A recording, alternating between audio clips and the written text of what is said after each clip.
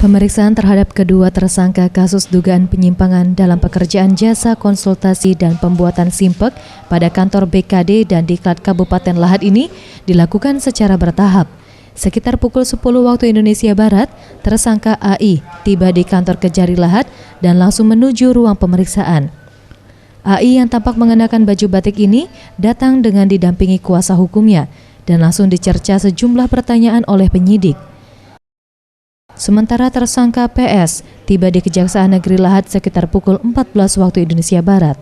Sebelumnya pada bulan Juni 2015, pihak Kejaksaan Negeri Lahat melakukan penggeledahan terhadap kantor BKD dan Diklat Lahat untuk mengumpulkan alat bukti terkait kasus ini.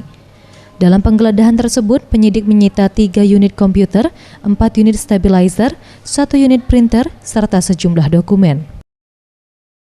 Selain itu, pada awal Juli 2015 lalu, penyidik juga telah memeriksa sebanyak 32 orang saksi dari pegawai BKD dan Diklat Lahat.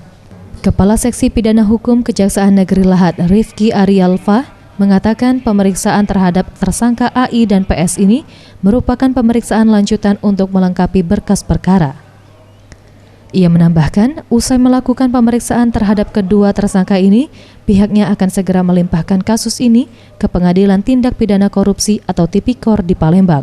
Hari ini tim Pitsus Kejari Lahat melakukan pemeriksaan lanjutan terhadap tersangka AI dan PS kaitannya dengan perkara Simpek tahun 2012 yang dalam keterangan ahli telah merugikan keuangan negara sebesar 204 juta. Ke depan, langkah kita untuk melengkapi berkas penyidikan akan kita lakukan pemberkasan terhadap berkas perkara dari para tersangka yang untuk selanjutnya akan kita limpahkan ke Pengadilan Tindak Pidana Korupsi pada Pengadilan Negeri Palembang. Zulfikri, Sriwijaya TV.